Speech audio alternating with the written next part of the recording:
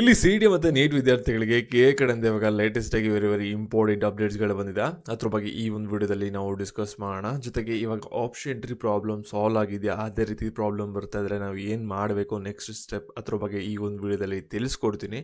ವಿಡಿಯೋನ ಗಮನ ಇಟ್ಟುಕೊನೆವರೆಗೂ ಕೂಡ ನೋಡ್ತಾ ಹೋಗಿ. ನೀವೇನಾದರೂ ಕರ್ನಾಟಕದಲ್ಲಿ ಸಿಇಟಿ ಅಥವಾ ನೀಟ್ ಕೌನ್ಸೆಲಿಂಗ್ನ ಅಟೆಂಡ್ ಮಾಡಬೇಕು ಅಂತ ಅಂದ್ಕೊಂಡಿದ್ರೆ, ಅದಕ್ಕಿಂತ ಮುಂಚೆ ಯಾರು ಚಾನಲ್ ಸಬ್ಸ್ಕ್ರೈಬ್ ಮಾಡ್ಕೊಂಡ್ರಲ್ಲ ಪ್ರತಿಯೊಬ್ಬರು ಕೂಡ ಸಬ್ಸ್ಕ್ರೈಬ್ ಮಾಡ್ಕೊಳ್ಳಿ. ಹಾಗೆ ಪ್ರತಿಯೊಬ್ಬರು ಕೂಡ ವಿಡಿಯೋಗೊಂದು ಲೈಕ್ ಹೋಗ್ಬಿಟ್ಟಾನೆ ವಿಡಿಯೋ ಮಾಡೋಕ್ಕೆ ಸ್ಟಾರ್ಟ್ ಮಾಡಿ. ಇವಾಗ ನಾವು ಡೈರೆಕ್ಟಾಗಿ ವಿಡಿಯೋ ಬಗ್ಗೆ ಬರೋಣ. ಅದಕ್ಕಿಂತ ಮುಂಚೆ ಒಂದು ಇಂಪಾರ್ಟೆಂಟ್ ವಿಷಯ, ಇಲ್ಲಿ ಕಾಲೇಜ್ ಜೋಸ್ಟ್ ಅಂತ ಒಂದು ಚಾರ್ಟ್ ಬೋರ್ಡ್ ಇದೆ. ಈ ಒಂದು ಚಾರ್ಟ್ ಬೋರ್ಡಲ್ಲಿ ಜಸ್ಟ್ ಎಕ್ಸ್ಪ್ಲೋರ್ ಮೇಲೆ ಕ್ಲಿಕ್ ಮಾಡಿ, ನಂತರ KCT ರಿಸೋರ್ಸಸ್ ಮೇಲೆ ಕ್ಲಿಕ್ ಮಾಡಿ, ನಂತರ ಇಂಜಿನಿಯರಿಂಗ್ ಬ್ರಾಂಚ್ ಸೆಲೆಕ್ಷನ್ ಮೇಲೆ ಕ್ಲಿಕ್ ಮಾಡಿ. ಇಲ್ಲಿ ನಿಮಗೆ ಯಾವೊಂದು ಬ್ರಾಂಚ್ ತೊಗೊಂಡ್ರೆ ಫ್ಯೂಚರಲ್ಲಿ ಯಾವ ರೀತಿ ಕೆಲಸ ಸಿಗುತ್ತೆ ಮತ್ತು ಏನೇನು ಸ್ಕಿಲ್ಗಳನ್ನ ಕಲಿಬೇಕು ಅದ್ರ ಬಗ್ಗೆ ನಿಮಗೆ ಕಂಪ್ಲೀಟಾಗಿ PDF ಫ್ರೀಯಾಗಿ ಸಿಗುತ್ತೆ. ಲಿಂಕು ಡಿಸ್ಕ್ರಿಪ್ಷನ್ ಬಾಕ್ಸ್ ಹಾಗೂ ಕಮೆಂಟ್ ಸೆಕ್ಷನ್ ಇರುತ್ತೆ. ಕ್ಲಿಕ್ ಮಾಡಿ ಯೂಸ್ ಮಾಡ್ಕೊಳ್ಳಿ, ನಿಮಗೆ ತುಂಬಾ ಯೂಸ್ಫುಲ್ ಆಗುತ್ತೆ. ಇವಾಗ ಬ್ಯಾಕ್ ವಿಡಿಯೋ ಬಗ್ಗೆ ಬರೋಣ. ಇಲ್ಲಿ KA ಕಡೆಯಿಂದ ಲೇಟೆಸ್ಟ್ ಆಗಿ 2 ಅಪ್ಡೇಟ್ ಬಂದಿದೆ. ಇಲ್ಲಿ KAಯಲ್ಲಿ ಸರ್ವರ್ ಪ್ರಾಬ್ಲಮ್ ಆಗ್ತಾ ಇರೋದ್ರಿಂದ ಡೇಟ್ನ ಎಕ್ಸ್ಟೆಂಡ್ ಮಾಡಿದ್ದಾರೆ. ಇವಾಗ ಆಪ್ಷನ್ 3 ಡೇಟ್ 18ನೇ ತಾರೀಕುವರೆಗೂ ಕೂಡ ಎಕ್ಸ್ಟೆಂಡ್ ಆಗಿದೆ. ಮತ್ತು ಮಾಕ್ ಅಲಾಟ್ಮೆಂಟ್ ರಿಸಲ್ಟ್ ಬಂದ್ಬಿಟ್ಟು 21ನೇ ತಾರೀಕು ಬರ್ತಿದೆ. ಮತ್ತು ಫಸ್ಟ್ ರೌಂಡ್ ಆಪ್ಷನ್ 3 ಬಂದ್ಬಿಟ್ಟು 21ನೇ ತಾರೀಕಿಂದ 24ನೇ ತಾರೀಕುವರೆಗೂ ಕೂಡ ಇದೆ.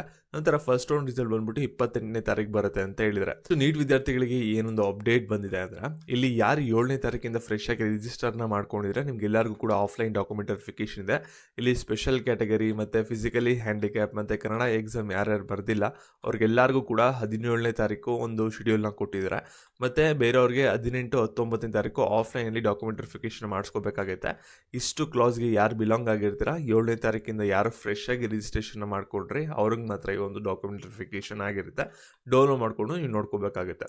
ಸರಿನಾ? ಇವಾಗ ನಾವು ಬ್ಯಾಕ್ ವಿಡಿಯೋ ಬಗ್ಗೆ ಬರೋಣ.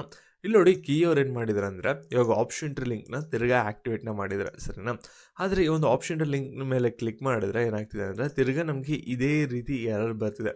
ಅಂದರೆ ಇಲ್ಲಿ ಸರ್ವರ್ ಅಪ್ಗ್ರೇಡೇಷನ್ ಆಗಿಲ್ಲ ಅಂತ ಅರ್ಥ. ಈ ರೀತಿ ಎರರ್ ಬರ್ತಾ ಇರೋದ್ರಿಂದ ಏನು ಸರ್ವರಲ್ಲಿ ಇಶ್ಯೂ ಆಗಿತ್ತಲ್ಲ, ಒಂದು ಸರ್ವರ್ಗಳನ್ನ ಫಿಕ್ಸ್ ಮಾಡಿದ್ದಾರೆ. ಸೇಮ್ ಇದೇ ರೀತಿ ಎರರ್ ಬಂದರೆ ನಮ್ಗೆ ಆಪ್ಷನ್ ಮಾಡೋಕ್ಕೆ ತುಂಬಾ ತೊಂದರೆ ಆಗುತ್ತೆ. ಅದಕ್ಕೋಸ್ಕರ ನೀವು ಯಾರ್ಯಾರು ಟ್ವಿಟರ್ಗಳನ್ನ ಬಳಸ್ತೀರಾ, ನೀವೇನು ಮಾಡಿ ಅಂದರೆ, ಇದನ್ನ ಜಸ್ಟ್ ಒಂದು ಸ್ಕ್ರೀನ್ಶಾಟ್ನ ತೊಗೊಳ್ಬಿಟ್ಟು ಇಲ್ಲಿ KA ವೆಬ್ಸೈಟಿಗೆ ಟ್ಯಾಗ್ ಮಾಡಿಬಿಟ್ಟು ಅವ್ರು ಟ್ವಿಟರಲ್ಲಿ ಪೋಸ್ಟ್ ಮಾಡಿ, ಈ ರೀತಿ ಆಪ್ಷನ್ 3 ಪ್ರಾಬ್ಲಮ್ ಬರ್ತಿದೆ ಸರಿ ಮಾಡಿ ಅಂತ. ಅವಾಗ ಅಟ್ಲೀಸ್ಟ್ KA ಅವರು ಅದಕ್ಕೆ ರೆಸ್ಪಾನ್ಸ್ ಮಾಡಿ ಬೇಗ ಒಂದು ಪ್ರಾಬ್ಲಮ್ನ ಸಾಲ್ವ್ ಮಾಡೋಕ್ಕೆ ಟ್ರೈ ಮಾಡ್ಬೋದು. ಇಲ್ಲಾಂದರೆ ನಮಗೆ ಆಪ್ಷನ್ 3 ಮಾಡೋಕ್ಕೆ ತುಂಬಾ ತೊಂದರೆ ಆಗುತ್ತೆ. ಇಲ್ಲಿ ಒಂದು ವಿಡಿಯೋ ಯಾರಿಗೆ ಸಹಾಯ ಆಗುತ್ತೆ ಅವರಿಗೆ ಶೇರ್ ಮಾಡಿ. ಹಾಗೆ ಚಾಟ್ ಬೋರ್ಡ್ ಲಿಂಕ್ ಬಂದ್ಬಿಟ್ಟು ಡಿಸ್ಕ್ರಿಪ್ಷನ್ ಬಾಕ್ಸ್ ಇರುತ್ತೆ, ಚೆಕ್ ಮಾಡಿ. ಹಾಗೆ ಚಾನಲ್ನ ಕೂಡ ಸಬ್ಸ್ಕ್ರೈಬ್ ಮಾಡ್ಕೊಳ್ಳಿ. Thank you.